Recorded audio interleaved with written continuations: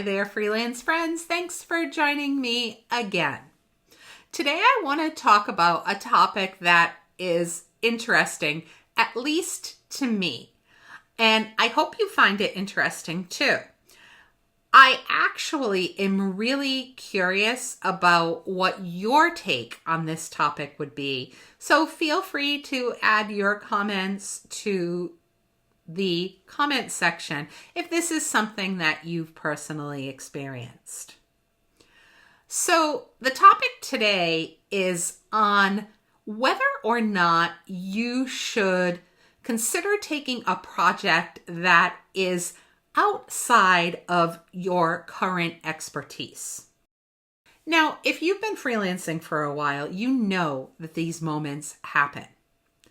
A client or a friend calls and they're excited because they have an opportunity to present to you. And initially it sounds great. The money's good.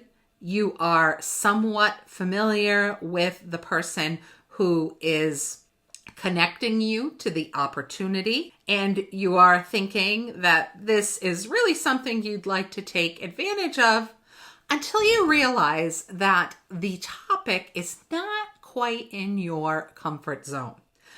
This is something that happened to me very recently. So as many of you know, I have been teaching Microsoft applications for decades. I really feel like that is my wheelhouse, although I do train on other things. I do seem to always fall back to those technical trainings. And I've done it all. I've trained in Word, Excel, PowerPoint, Teams, Power BI, SharePoint. You name it, I've probably done it. It's been my bread and butter. And I've really built a lot of my reputation on delivering these technical trainings that are engaging, hands-on, and clear. But a few weeks ago, a friend of mine who runs a learning company reached out to me. I love working with this particular company. I've had very positive experiences in the past.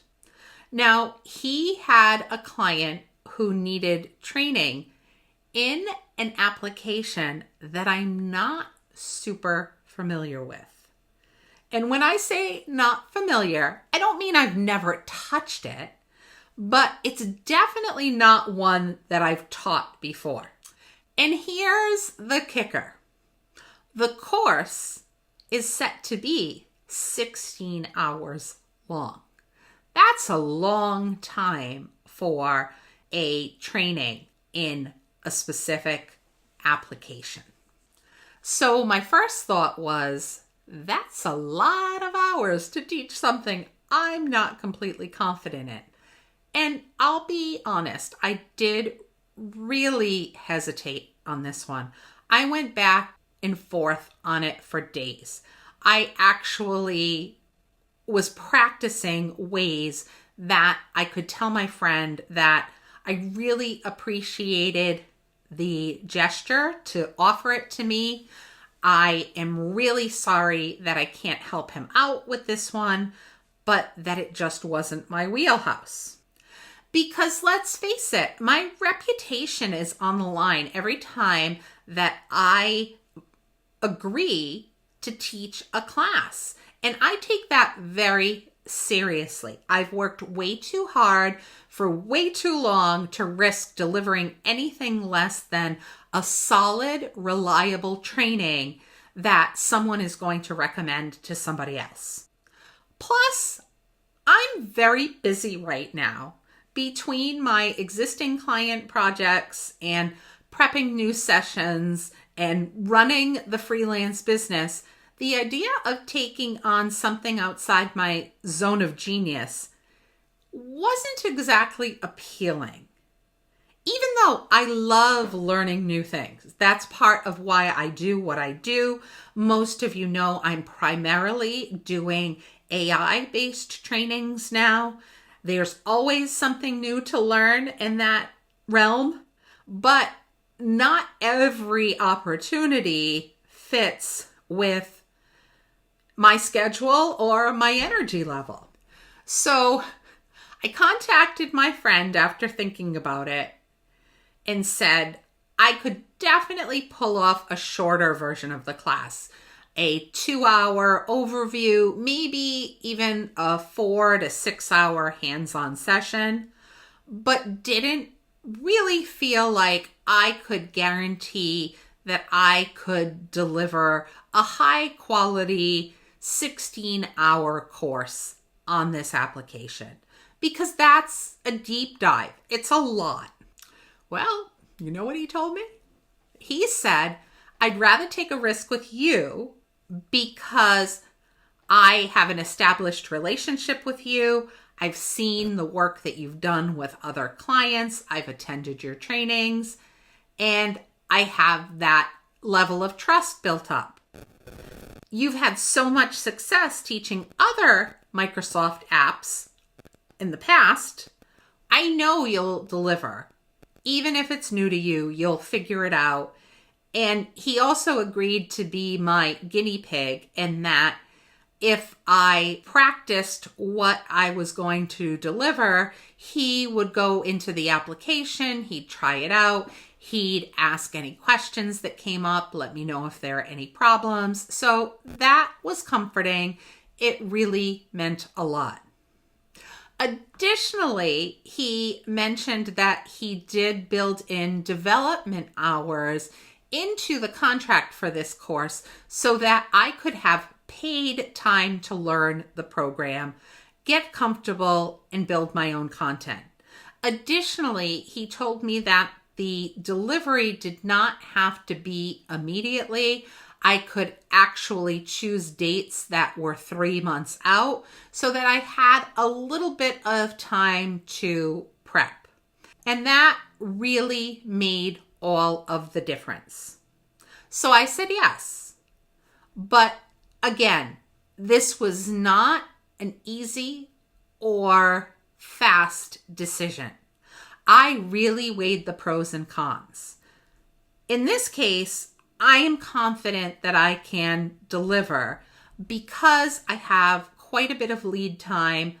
I'm going to be paid for development, and my friend, who in this case is very tech savvy, has agreed to be the guinea pig for the delivery before I actually deliver it. But again, I didn't take the decision lightly.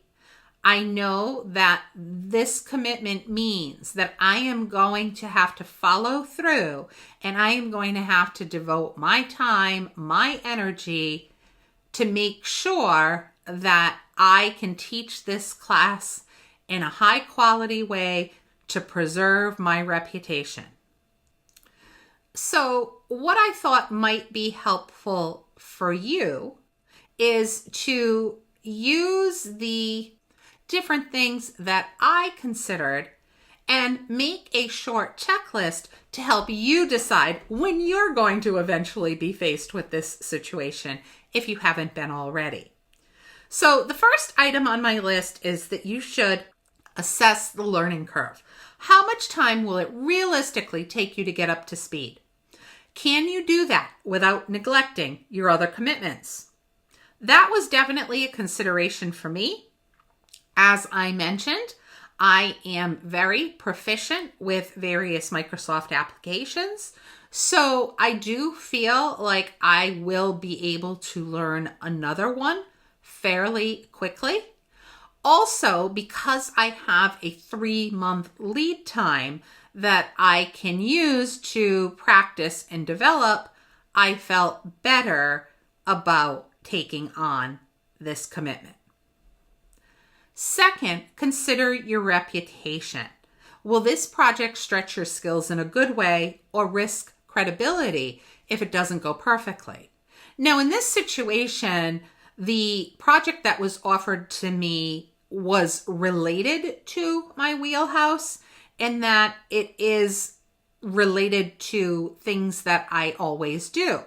However, if someone asked me to consider training on a topic that I had no familiarity with, I would really think about it because, as I mentioned, I don't want to do anything to degrade my reputation.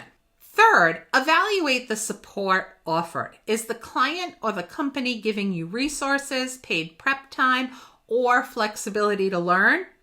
That can make or break the deal. And as you heard me say, that is what made the deal for me. The fact that there are paid development offers available. Additionally, I have the support of my friend who is going to be the guinea pig for me. Fourth, look at your schedule honestly. Do you actually have the bandwidth? Be real with yourself about the energy that you're going to need to expend into taking on this project, not just the hours. Another factor that actually weighed in for me is that generally, fingers crossed, around the holidays, things slow down a little bit for me. I'm hoping that I can carve out some hours there to really devote to getting this training in a solid place. So the schedule really did have an impact on my decision. If I didn't have a time period where I thought I was going to have a little bit of a lull, I might not have said yes. Fifth is think long term. Is this new skill or experience going to open more doors for you later? Or is it just a one-off project that might pull you off course? This was also a big factor that I didn't previously mention, but I did weigh in with it for my decision. This skill is a highly sought after skill, having the ability to create and train in this application. I've got to admit that I did think to myself, well, if I devote the time to doing it now, then it is something that I am going to have within my skill set that I can offer to other clients in the future. And I feel like that's just a plus. Last, but definitely not least, is trust your gut. If something really feels off or not right about the opportunity, like deep down you know it's going to create more stress than it's worth, that's a sign that you should not take it. My gut was more of a nervous, are you going to have time to do this? Are you going to be able to fill 16 hours of content? But I didn't have that feeling like I couldn't do it or it was going to be a total disaster. Now, hopefully that's true. I'll have to let you know in a couple months how all of this turns out. But again, I did say yes because I trust the person I'm working with. I have time built in to learn it, and it's aligned enough with what I already do so that it's just going to be another skill that will make me better overall with my craft. It wasn't an automatic yes. And I think that is the important takeaway here, that you should take time to reflect. You should take time to really assess these different things and see if they're right for you. You don't have to say yes to every opportunity. And we've discussed that in a previous podcast. Even if it's a good one. Sometimes saying no or not yet is literally the best way to protect your focus and your reputation. But on the other hand, when the opportunity does come with a level of support and flexibility, and you trust the client that you're partnering with, and it challenges you in the right ways, then maybe it is worth stepping outside of your comfort zone. I would suggest going to the checklist and seeing how it goes for you. So thank you for tuning in today. I hope that this episode helped you navigate or will help you navigate those tough, should I take it moments that are going to happen in your freelance career. And if you've ever taken on a project outside of your usual lane, I would love to hear how it went, so feel free to leave a comment based on your experience. Until next time, keep learning, keep growing, and keep doing what feels right for you. If this content resonated, I'd love it if you liked and subscribed, and I hope to see you on future episodes. Take care.